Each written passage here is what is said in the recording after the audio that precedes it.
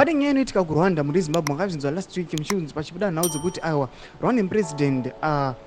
Paul Kagame anonoscowa 99.15% dzemavotes andiitika pane nhau yabreaka record yaremerwa nyangwe neZimbabwe vagari muZimbabwe vanotozviona saka penda mashoko abuda chinyogwa tichiona kuti aiwa kune mamwe mapresidents anodiwa nevanhu zvisiti zvekuti pane ma-third force kana kuti vanhu vari kumobiliza saka penda mashoko abuda nainterview yakakirwa out nevanhu veAfrica Web TV ndoribva subscribe like on the bell icon timina the news ox ndo vanonyora nhau vachiti Rwandan president Paul Kagame re-elected with 99.18 landslide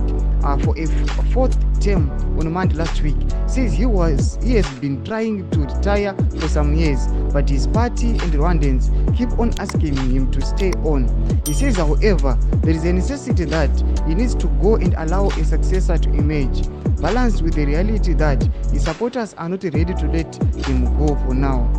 Thomas Karubuda panapa zvinzi aiwa Paul Kagame ari kurwirwa nevanhu zvinzi aiwa hafaniri kuenda iye achiti aiwa ava kuda kuretire. Tinozviona nhau dzinobuda Zimbabwe iri pasituation yekuti pane political dispute. Tinoona kuti most of the citizens they want kuti aiwa ruling party ibve, they want kuti aiwa vabve vakomana noda with the massive looting noziva auditor general kuti nhau dzana week nochivhaya kunoitwa kwemaresources vanhu vachikwangwaya especially vari kumaremote areas. Ndo panobuda nhau iyi vanobvaona kuti aiwa zviri kuitika kuRwanda vakakombererwa zvavo noda kuti aiwa vari kutoti president must remain in power nokuda kuti aunyatsi kutonga zvakanaka. Tudze mafungiro enyu pina comment section yedu, musaona subscribe kulike, chetira on the bell icon.